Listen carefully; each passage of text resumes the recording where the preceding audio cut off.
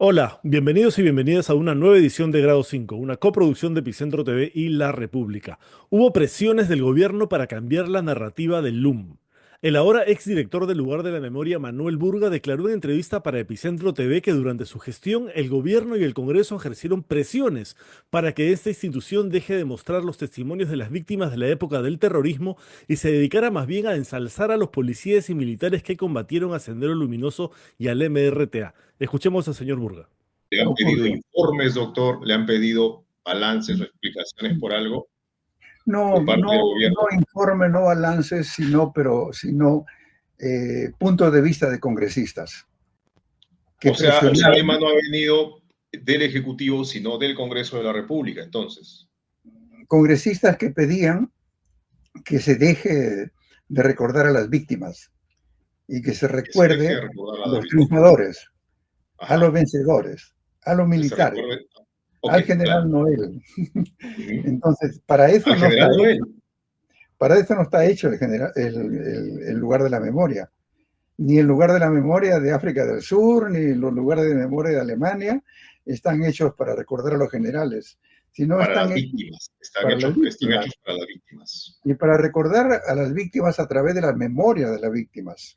Entre los congresistas que visitaron con ese mensaje al señor Burga, él ha mencionado a los fujimoristas Marta Moyano y Rosángela Barbarán y a los exmilitares José Cueto y Jorge Montoya. Esas visitas explican su destitución. Quieren convertir al LUM en un museo que rinde homenaje a los uniformados que combatieron al terrorismo, pero sin mencionar una sola palabra de los policías y militares que violaron derechos humanos durante el conflicto armado interno. Quieren que los uniformados que violaron derechos humanos sean vistos ahora como héroes nacionales y que nos olvidemos de sus crímenes de lesa humanidad. Y quienes están detrás de esto son Fuerza Popular y Renovación Popular, los partidos que también estuvieron detrás de la ley de impunidad, la que prescribe delitos de lesa humanidad cometidos antes del año 2002. Quieren reescribir la historia a como dé lugar, y este gobierno aliado les está dando una mano separando de su puesto al director del LUM. Susel Paredes denuncia a congresista Edwin Martínez por expresiones machistas en caso de José Gerí.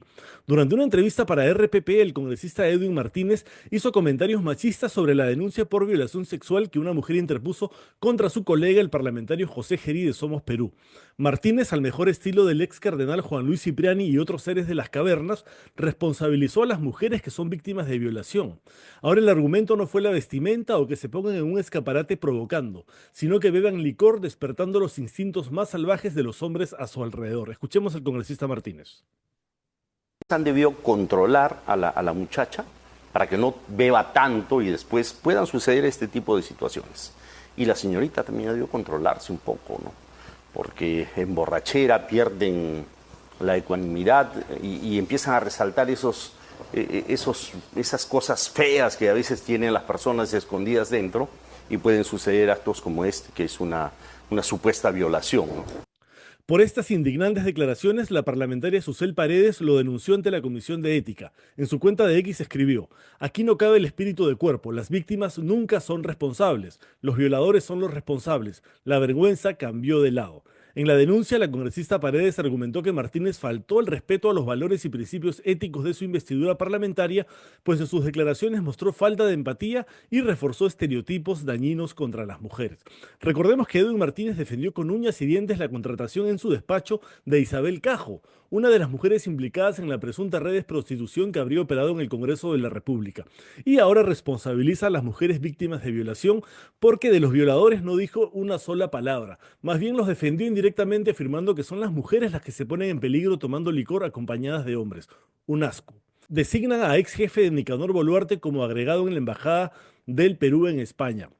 Favor con favor se paga. El Ministerio de Relaciones Exteriores designó al exalcalde de Pueblo Libre, Stephen Yuri Haz del Carpio, como agregado en la Embajada de Perú en España, de acuerdo a una resolución publicada en el Diario Oficial El Peruano. La decisión de la Cancillería, que cuenta con la firma del ministro de Relaciones Exteriores, Elmer Cialer, establece que Haz del Carpio reaplicará realizará actividades productivas para impulsar la cooperación bilateral entre nuestro país y el europeo. Pero es importante recordar que cuando este se desempeñaba como alcalde de Pueblo Libre en el año 2021, contrató como asesor al prófugo Nicanor Boluarte, el hermano de la presidenta Dina Boluarte. No obstante, la Contraloría concluyó que la contratación de Nicanor Boluarte como asesor del alcalde de Pueblo Libre fue irregular debido al alto cargo que ocupaba su hermana, lo que impedía realizar cualquier contrato con el Estado. Aún así, el exalcalde de Pueblo Libre asumirá sus funciones como agregado en la Embajada de Perú en España en la fecha que será establecida mediante una resolución viceministerial. Asimismo, percibirá por concepto de asignación por servicio en el exterior el equivalente al de un consejero en el servicio diplomático de la República. Pero recordemos que no es el único. El 31 de diciembre de 2024, la suboficial técnico de primera de la Policía Nacional, Ruth Ligarda Castro, quien se venía desempeñando como agente de seguridad directa de Dina Boluarte, fue designada como personal auxiliar de la agregaduría policial de la Embajada del Perú en el Reino de España. Ligarda Castro, conocida como la sombra de la presidenta Boluarte, es una de las principales testigos en el caso del Cofre, donde la Fiscalía de la Nación investiga a la presidenta por la fuga del prófugo Vladimir Cerrón. O sea que ahora van a estar en la Embajada de Perú en España el exalcalde que contrató a Nicanor Boluarte y la llamada sombra de Dina Boluarte, quien tendría información privilegiada sobre el caso Cofre presidencial. ¡Qué conveniente! Proveedores de Jaliwarma. Amigo de la presidenta Dina Boluarte nos pidió dinero a cambio de favores. De los 28 contratos que Frigoinca de Nilo Burga Malca ganó con Jaliwarma en diciembre de 2023, 8 de estos los obtuvo el fallecido empresario en sociedad con Heller Boado Valderrama. Ambos consiguieron 24,8 millones en el gobierno de la presidenta Dina Boluarte. Proveedores del programa de alimentación escolar Jaliwarma, ahora rebautizado como Huasimicuna, informaron a la República que Elmer Boado Valderrama es el empresario que les ofreció en diferentes oportunidades solucionar sus problemas por intermedio de su amigo Víctor Torres Merino, un personaje estrechamente vinculado con los hermanos Dina y Nicanor Boluarte. Víctor Torres es uno de los investigados clave del caso Los Huequis en la Sombra. Como lo ha reportado el portal de investigación El Foco, el 8 de julio de este año, un colaborador eficaz mencionó un caso que involucra a la empresa Consorcio Puma, en la que participa Heller Boado Valderrama, un supuesto favorecimiento de contratos de Jaliwarma. La información en un principio parecía un tema tangencial, pero ahora cobra suma relevancia en medio del escándalo de corrupción que envuelve al programa de alimentación escolar.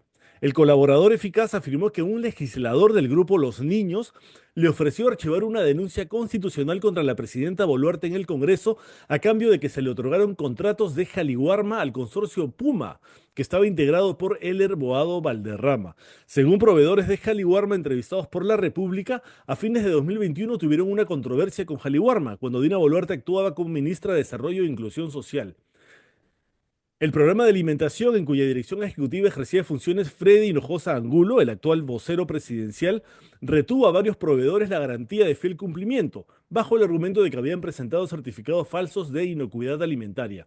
Uno de los afectados era el mismo Heller Boado Valderrama y su empresa Negocios y Transportes El Puma. Heller Boado nos dijo que él podía solucionar el problema de la devolución de las garantías. Nos mencionó que era amigo del asesor de la presidenta Dina Boluarte, Víctor Torres Merino. Explicó que Víctor Torres tenía llegada con la que entonces era la ministra del MIDIS. En una reunión en un restaurante cerca del local del MIDIS, el Puma, así llamábamos a Heller Boado, se ofreció a hablar con Torres para que nos diera una mano. Así lo acordamos y quedó que nos informaría, relataron proveedores de Jaliwarma consultados por La República. Y continuaron. Heller Boado nos convocó para contarnos lo que había hablado con Víctor Torres. Le dijo que estaba en condiciones de ayudarnos porque trabajaba como asesor de la ministra Boluarte, de quien dependía Jaliwarma en ese momento. Nos puede solucionar el problema, me ha dicho. Quiere $5.000 por cada empresa, nos dijo. El amigo de la presidenta Dina Boluarte nos pedía dinero a cambio de favores con Jaliwarma. Nosotros nos negamos a pagar. ¿Por qué íbamos a darle plata si la retención de la garantía era injusta?, narraron las fuentes. No fue la única ocasión en la que Heller Boado Valderrama ofreció los servicios de su amigo Víctor Torres Merino para resolver problemas con Jaliwarma. Cuando había problemas de abastecimiento de algunos productos y Jaliwarma se negaba a autorizar sustitutos, Heller Boado decía: no se preocupen, Víctor Torres puede ayudarnos, puede conseguir que cambien las fichas técnicas de los productos para reemplazar a los que estén escasos. Siempre decía que tenía llegada en el MIDIS y en Jaliwarma, explicó otro proveedor. Heller Boado Valderrama prefirió no responder a una entrevista, sino más bien a través de un cuestionario a este diario. Negó conocer a Víctor Torres Merino y mucho menos haber recurrido a este para solucionar problemas con Jaliwarma. Pero aquí no terminan los destapes vinculados a este caso. Allegado de Dina Boluarte habría intentado sobornar a Noemí Alvarado, testigo clave del caso Jaliwarma. Carlos Guillén es el nombre de un nuevo personaje implicado en el caso Jaliwarma que, según un reportaje de Latina Noticias, habría intentado sobornar a la principal testigo Noemí Alvarado. El Ministerio Público ya tendría en su poder un audio de 25 minutos entre Alvarado y Guillén, un allegado de la presidenta Dina Boluarte, por lo que la Fiscalía ha iniciado una investigación penal por obstrucción a la justicia contra un ministro de Estado, precisamente el ministro de Desarrollo e Inclusión Social, Julio de Martini. Carlos Guillén aparece en el registro de visitas al Ministerio de Educación y al Ministerio de Desarrollo e Inclusión Social. El 31 de enero del 2023 registra una visita a Palacio de Gobierno para una reunión con la jefa de Estado. Según relata el informe, el 18 de diciembre del año pasado, a la 1 de la tarde, se registra el ingreso de Guillén al edificio en el que reside Noemí Alvarado en Lima Norte. Ella, quien fue coordinadora de ventas de la empresa Frigo Inca, que proveía de productos a Jaliwarma, habría grabado a Guillén diciéndole que se presentaba en nombre del ministro de Educación Morgan Quero y que la presidenta estaba preocupada por este escándalo. Posteriormente le preguntó cuál era el tipo de información que ella poseía y que si se la daba esta información podría conseguirle trabajo para ella y para su hermana. 2 días después de la reunión, el 20 de diciembre, Guillén registró una visita al Ministerio de Educación y se reunió con el jefe de gabinete de asesores nombrado por Morgan Quero. A Guillén se le puede observar en un video del sepelio del ex viceministro William Contreras, en el que está muy cerca la presidenta Boluarte, sin tener que estar detrás del cerco policial. El ministro de Desarrollo e Inclusión Social, Julio de Martini, denunció a Guillén por el presunto delito de tráfico de influencias luego de que se conociera que estaría ofreciendo reuniones con él y beneficios a empresas y personas relacionadas al programa Jaliwarma.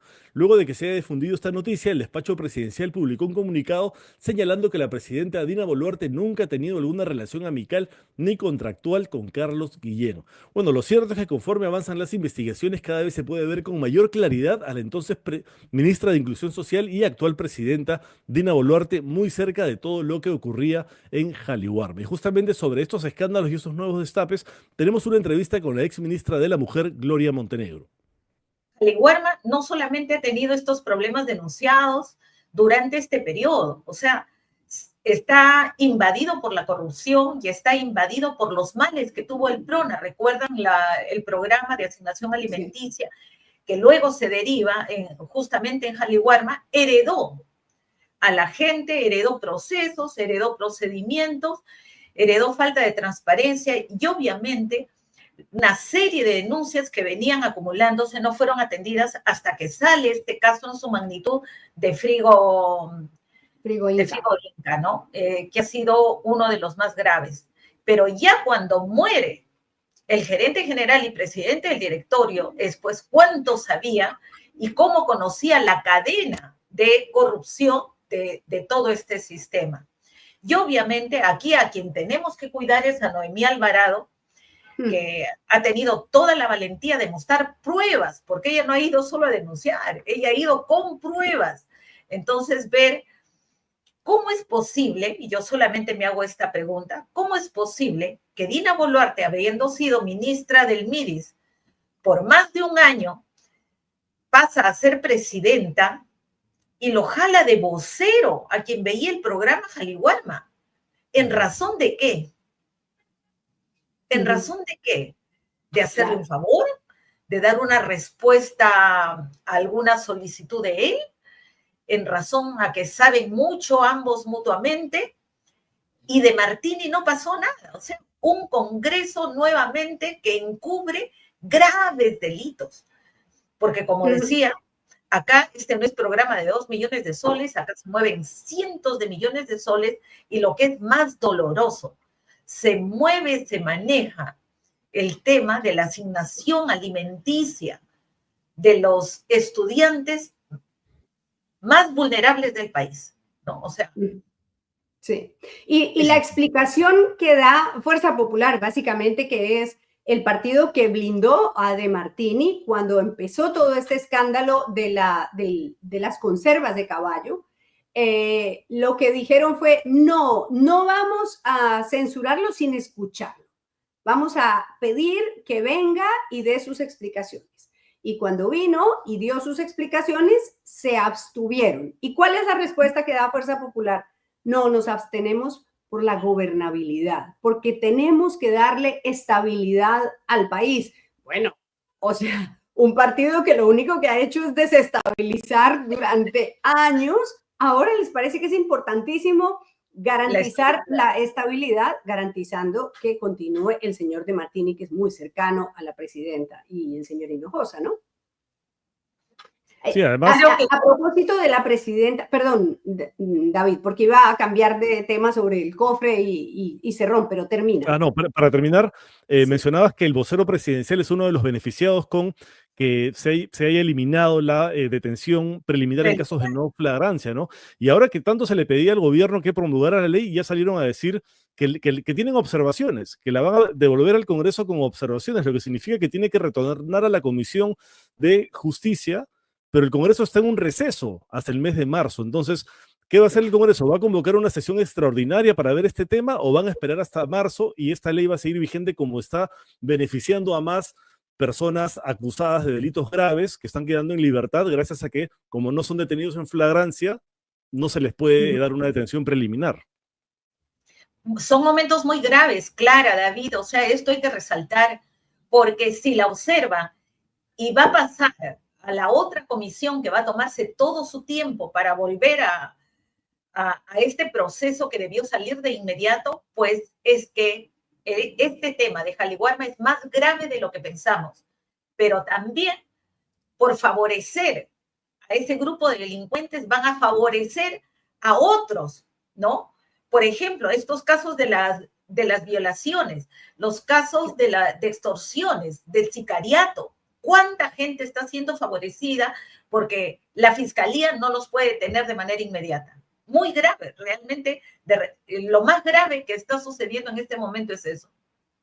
Bueno, ahí alguien decía que esa ley también favorece a la presidenta, no, o hay que aclarar, por supuesto, que a ella no le pueden dictar una prisión preliminar, pero podemos hablar de la situación de las investigaciones contra la presidenta, y tiene que ver con que ustedes recordarán que ella salió el 12 de diciembre indignadísima a decir: la señora fiscal de la nación no se ha dignado llamarme a declarar para explicar mi cirugía, que fue anatómica, fue una cirugía por temas médicos, ¿no? De eso ya hemos hablado. Ella salió furiosísima, y pidió que la citaran. La citaron para el 2 de enero. ¿Y qué hizo? Pidió reprogramación. Va a tener 2 declaraciones por ese tema y por el cofre y la supuesta protección a Vladimir Cerrón el 13 y el 15. O sea, mañana 13 debería declarar la presidenta y el 15 también. Vamos a ver si declara. Tiene récord, varios récords. Hicimos al principio del año una notica sobre pues los récords que tiene la presidenta. Tiene la más baja aprobación a nivel interno, tiene la peor aprobación en América Latina, por debajo del dictador Nicolás Maduro, la peor de la historia, 19.7, que es altísimo en esa medida, pero que es la peor de toda América Latina, y además tiene 9 investigaciones, 9 carpetas fiscales por los muertos, que ya completamos 2 años esperando justicia, por el tema de Jaliwarma, por el tema de los Rolex, por el tema del cofre, o sea, de todo. La señora se ocupa de ver sus telenovelas, de operarse y de defenderse. Y mucho más grave aún, Clara, es que pretenda sacar lustre de ser la primera presidenta mujer y no haber hecho absolutamente nada por las mujeres, las niñas, los derechos humanos. El caso de Condorcanqui sigue en nada, ¿no? Porque lamentablemente tenemos niñas y niños esperando los retrovirales porque después de las agresiones sexuales están con VIH. Y educación no se manifiesta, salud no se manifiesta, cultura no se manifiesta, y estamos realmente indignados porque allí donde deben ser protegidos los niños y adolescentes son los docentes, los agresores sexuales. Y no ha dicho nada. Y ese ministro de Educación por allí va. Entonces, más allá de todos estos récords que tiene y más allá de todo el lodo de corrupción en el que vive, los temas sociales han sido relegados. Los temas de derechos humanos les han dado la espalda. Y todo aquello que tiene que ver con la protección de la mujer, sus derechos y todo lo que se había avanzado en estos temas, pues en lugar, siendo presidenta mujer y habiendo tenido la mínima esperanza de que por lo menos la agenda iba a avanzar, lo que hemos hecho es retroceder. Bueno, les recomiendo a todos y todas ver la entrevista completa a la ex ministra Gloria Montenegro en las redes de Epicentro TV. Eso ha sido todo en el programa de hoy. Nos vemos mañana en una nueva edición de Grado 5, una coproducción de Epicentro TV y La República. Chao.